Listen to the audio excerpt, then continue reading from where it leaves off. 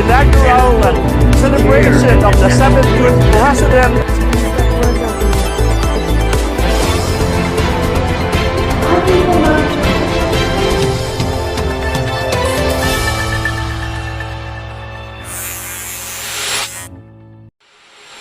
Philam News is one of the banner programs of Philam TV Network, covering Filipino-American community news, events, and public affairs in Las Vegas, Nevada, in addition to 7 participating cities with a high density of Philams and Filipino in America.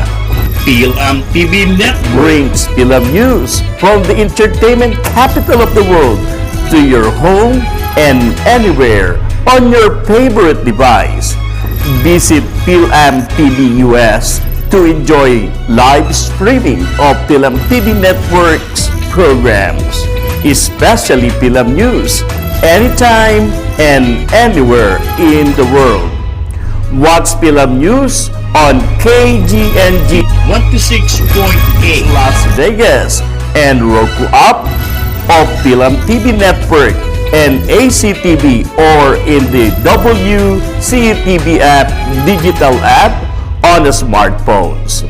You may also watch both live and video on-demand programs via PhilamTV.us or simply go to Facebook or YouTube and search for Philam News. Hello once again, kumusta po kayong lahat? And thank you very much for watching and following Philam News. By the way, I would like to greet all the teachers, parents, and students in the Philippines as they started the new school year in the Philippines last Monday. Stay tuned, we'll be right back. Pure Medical Equipment, located at 3750 South Jones Boulevard, Suite 190, Las Vegas, Nevada 89103. The premier provider for your medical equipment and supply needs. We accept Medicare, Medicaid, private and cash pay. Pure Medical Equipment. The United Nations Children's Fund, or UNICEF, on Monday lauded the return of students to the classroom and commended the Philippine government for taking decisive steps to reopen in-person schooling. In a statement on Monday, UNICEF Philippine representative Oyanasahan Dendenerub said the return of face-to-face classes is the first of many steps in learning recovery. Each day spent in the classroom is an opportunity for us to improve and chart the path to an effective, equitable, resilient education system, Dendenerub said. More than 2 years since the onset of the coronavirus pandemic, classes resumed last Monday in public elementary and secondary school across the country for school year 2022-2023. Blended learning, or a combination of face-to-face online classes, will be in place until October 31st, while mandatory in-person classes will start on November 2. The UNICEF said prolonged school closures, poor health risk mitigation, and household income shocks had the biggest impact on learning poverty, resulting in children failing to read and understand a simple text by the age of 10. Vulnerable children, such as children with disability, children living in geographically isolated and disadvantaged areas, and children living in disaster and conflict zones fare far worse, it said. The UNICEF also commended the Department of Education, the Early Childhood Care and Development Council and the Bangsamoro Region's Ministry of Basic, Higher, and Technical Education for the return of the F2F classes. UNICEF supports the safe reopening of all schools and early learning centers in the Philippines by providing technical assistance through guidelines and standard operating procedures, supporting the Bangsamoro Education Ministry, offering local government in reopening preschools, providing schools with water, sanitation, and hygiene facilities, and cleaning and disinfection kits, and conducting rapid literacy assessment and learning recovery program, it said. Earlier, Department of Education spokesperson Michael Pua said the return of face-to-face classes in most public schools nationwide has been orderly and peaceful. Stay tuned. We'll be right back.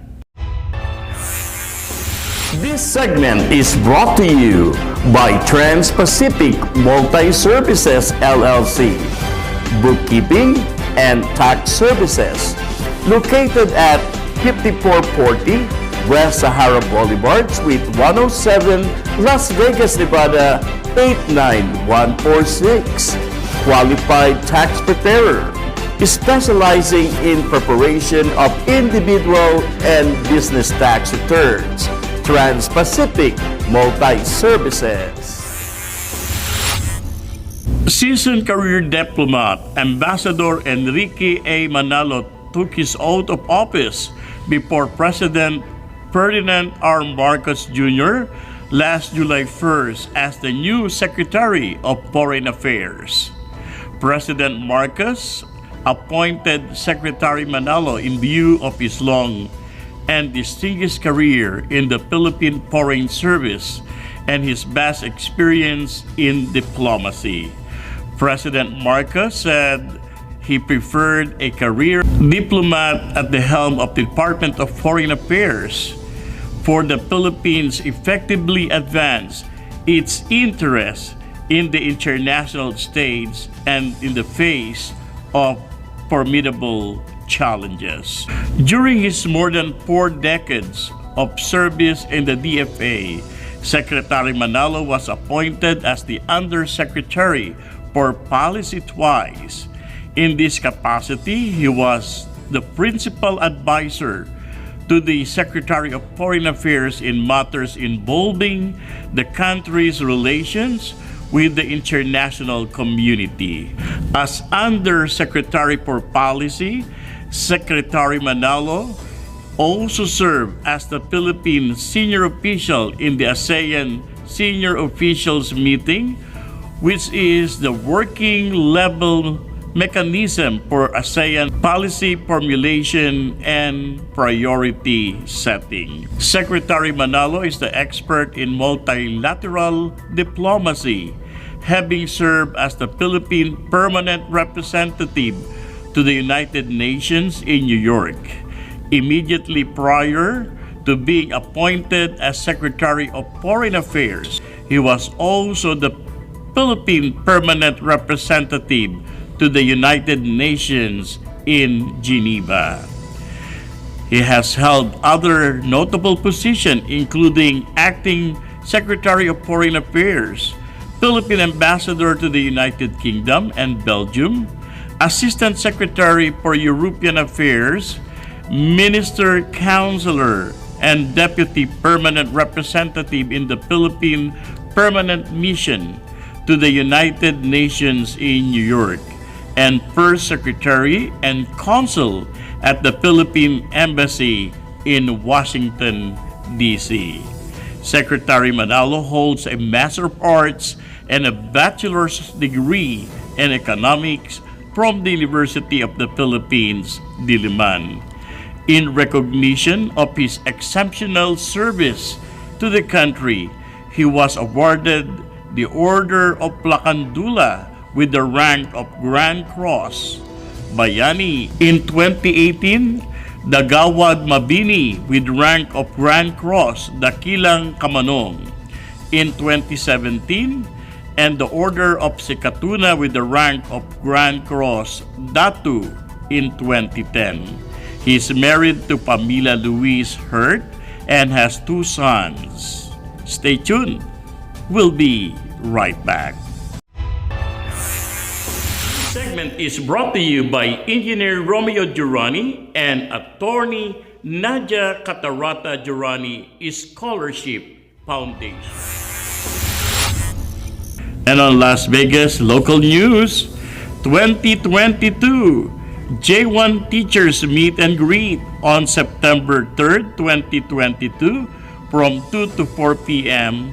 at the Plus 6350 PhilAm Central, 3700 South Maryland Parkway, Suites 525 H&E, Las Vegas, Nevada 89169.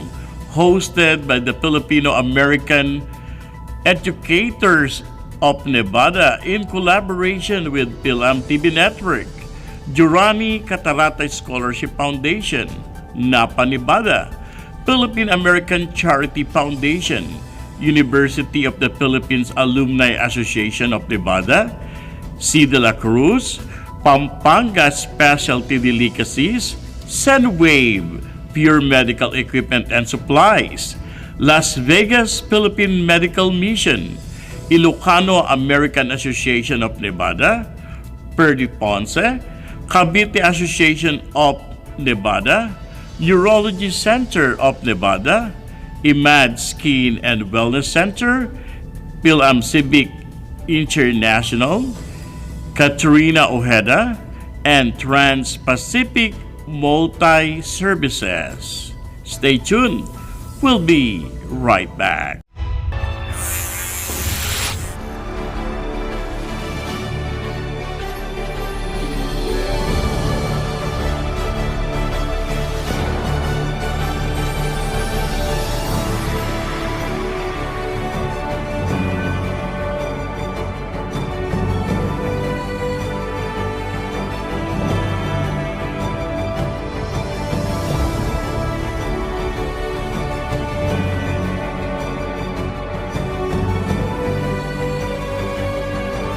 Hello once again, kamusta po kayong lahat? The news will held its awarding ceremony and on our public service announcement.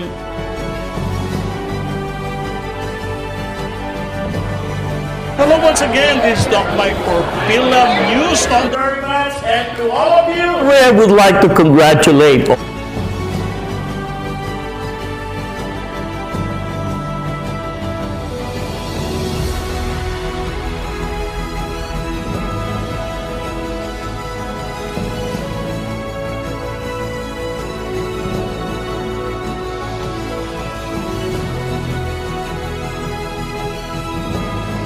your host, Dr. Michael Santawan at your service. Mabuhay!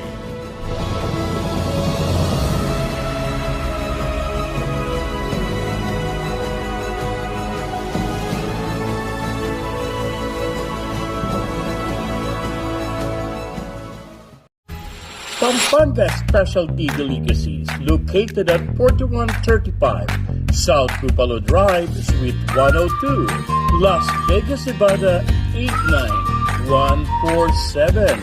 Saan ka pa? Sa mga kakanin, Pampanga Specialty Delicacies. Or please call 702-682-5705 or 725-605-4085. Pampanga Specialty Delicacies.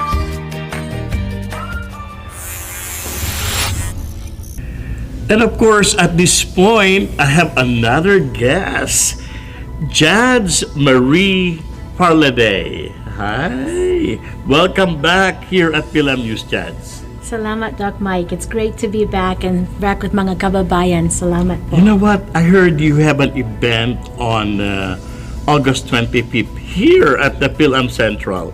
Can you tell our viewers? Yes, I'm so excited.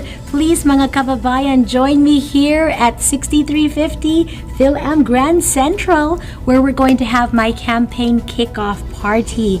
I am running for family court judge here in Clark County. That's Las Vegas, North Las Vegas, Henderson, Mesquite, Pahrump. Come join me for the party where we will come together as one kababayan to celebrate. Now, Judge, tell us about yourself. I am proud to be a Filipina. I am very proud to be Filipina, proud to have been honored by Doc Mike and our Gawad, Nevada for this year's PhilAm Outstanding Woman of the Year for Legal and Faith category. And so it's just my honor to serve our kababayan and this time to run as your family court judge. I was a children's attorney when I first started my law practice. I represented mga bata that were abused and neglected as children. After serving as a children's attorney for 5 years, I received awards from our Congresswoman Shelley Berkeley and Senator Harry Reid for all of the work I did pro bono. And then after that, I sat as a judge, a hearing master. It's called a judge pro tem. Paraning substitute teacher. Yes. Pero you sit as a substitute judge for mga courts in family court, child abuse, child neglect, TPO, domestic violence, drug court, delinquency court, puro mga courts in family court. I did that for almost 4 years. I had to close my law practice down because Doc Mike, palagi sila, they were calling me to sit, whether it's short notice, Judge, we need you here today because so-and-so is sick, or it's long term, we need you sitting for months at a time. And so I enjoyed it, sitting as a judge for almost 4 years. I felt like talaga this was my calling, and I would have continued, but instead I was offered a great job to be the head of the whole legal department for dito is called CPS, or Child Department of Family Services. And as that, I was in charge of the whole legal division.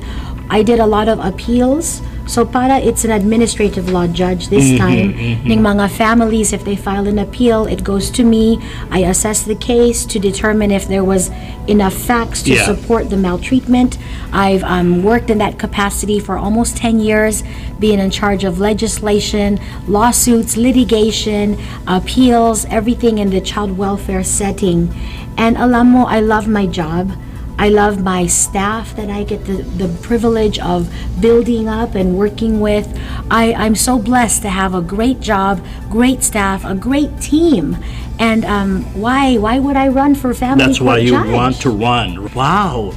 That's why you're running for family court judge. Yes, sometimes we can get comfortable, diba? Comfortable in our life and just be, comfortable in our little bubble. Pero alam mo, the Lord said, get ready. In September of 2021, sabi ng Diyos sa akin, get ready. You're running in 2022. Sabi ko sa kanya, no, that's okay, Lord. Ayaw ko. I'm happy. I'm comfortable in my life. That's okay. Pero alam mo, when the Holy Spirit speaks to you, para you can't do anything else. So sabi ko to the Lord, okay, Lord, if you want me to run, then I need you to give me a sign so that I know it's you and not me just kalakuan in my mind. Yeah. Alam mo, at that moment, si Ate Ami Belmonte, Yes. a wonderful woman of God, former president of NAFA, Yes. she texted me on that day. Uh-huh. And you know what she said, Doc Mike? She said, Judge, we need you to run for office because we need a Filipina on the bench. Alam mo, Doc Mike, na kinakabahan ako. I was scared. I said, ay nako, you ask the Lord for a sign and He gives you a text message. Pero I didn't respond muna kasi medyo takot ako. And I said, okay, Lord, I'm gonna go to church and then let me just I'll think about it. The next day, I went to church. Sabi ning pastor sa akin, while he's preaching, sabi niya, daughter, the Lord says, do what I've called you to do. What are you waiting for? So I responded to Ate Ami. And ayun, that's where it started. That's where I met many of our kababayan. Yes. She invited me to Cafe de Manila, I believe. And there I met si John Jose, Yes. who was running or who was already installed. And I met mga leaders, Ate Connie, Kuya Bernie, and many of our leaders. And at that moment, si Ate Ami grabbed the mic and she said, "We want Judge Murray to give a campaign speech." Alam mo, I had no campaign speech. Hindi pa ako prepared. Pero I took the mic and I told them what I just told you. And I said, you know, my heart is to follow the will of the Lord. And I love the children and families in our community. When I served a judge, I was very discerning of what was best for our children, because oftentimes, especially in family court, ning mga bata are the ones that are hurt. People come and they file for divorce and they make all these charges against one another, and the mother and father are fighting, pero kawawa naman ng mga bata. And that's where the Lord has given me a heart to serve the families and to serve the children, and of course, most importantly, our kababayan. You know, Doc Mike, why is it that Filipinos, we're the most hardworking, we're the most smartest, and tinan mo naman the most guapo and good looking, right? Diba? Pero why is it that we're so successful? We own many businesses, and yet how come in the political realm Yes. we're not represented? Bakit? We have to change that. You know, here in Clark County, the Filipino community, we are the fastest growing demographic. That's right. The Yeah. Asian American Pacific Islander is the fastest growing ethnicity, but we, the kababayan, are the fastest growing. And so it's time. It's time for us to take our positions in government as a family court judge, as a congressman, as a mayor, as a senator, as a president. It's time for us. I'll do my part, but I'm going to need your help, because I cannot do it alone. Wow. Regarding with help, what can we, the Filipino community, do to support you? Number one, please pray for me, because I know that the Lord hears our prayers. I only want to do the will of the Lord as I run this race. And number two, let's come together as one kababayan. Number one, join me at my party here this Thursday here at PhilAm Grand Central from 5:30 to 7 p.m.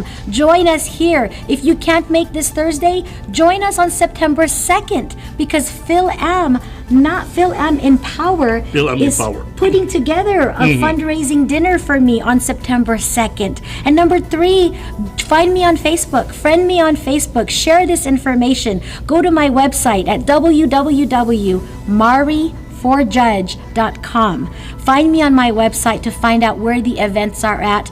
And please, if I ask, please sow a seed. Any amount, $5, $10, $20, $30, $100. Your seed, I pray, will bless you, me, and the kababayan as we go forward. I've used my savings to pay for all the signs all over the city because I want to be able to get the word out. I'm doing this not for me, Doc Mike.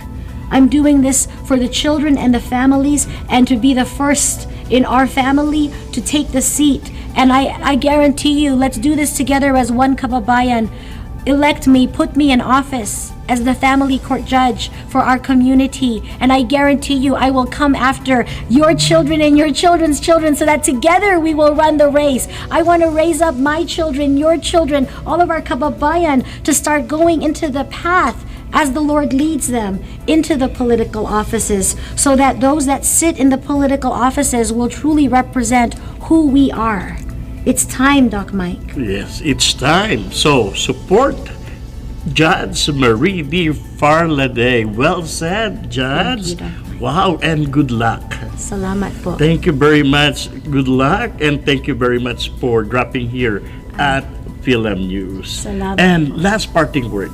Yes. I thank God for each and every one of you. I pray for the Lord to bless you as you're going in and going out. May He order your steps and guide you and lead you. Together, we are one kababayan. Remember, you're not alone. We have a huge family, the kababayan. And I go forward and I say, mabuhay! Mabuhay! Mabuhay! Mabuhay! Judge Marie D. Farlade. Salamat po. Salamat po. Stay tuned. We'll be right back.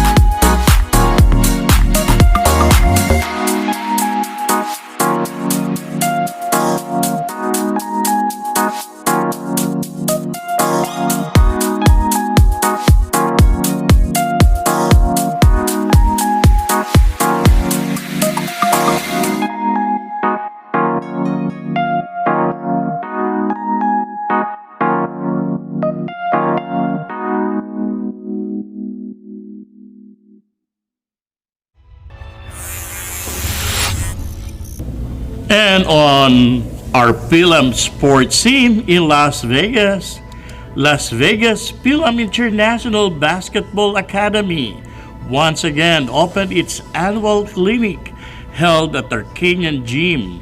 For details, please call Jay Rivera, founder, at 775-764-4612.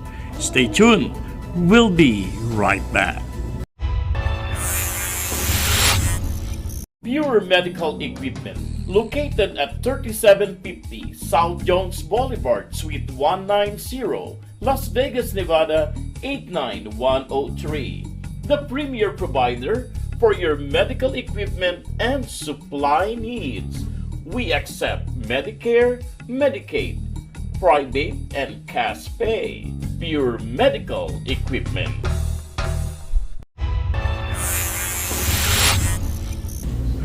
I hope you enjoyed this week's edition of Film News. Before anything else, I would like to thank my major sponsor, Pure Medical Equipment and Supplies with Pat Magallanes, Sam, and Joseph Buban. And if you wish to become a proud sponsor of Film News or simply want to advertise your business in the channel, please call 702-979-1388. Remember, Kapinoy, use your voice for kindness, your ears for compassion, your hands for charity, your mind for truth, and your heart for love. Until the next episode, this is your host, Dr. Michael Santawan at your service. Mabuhay!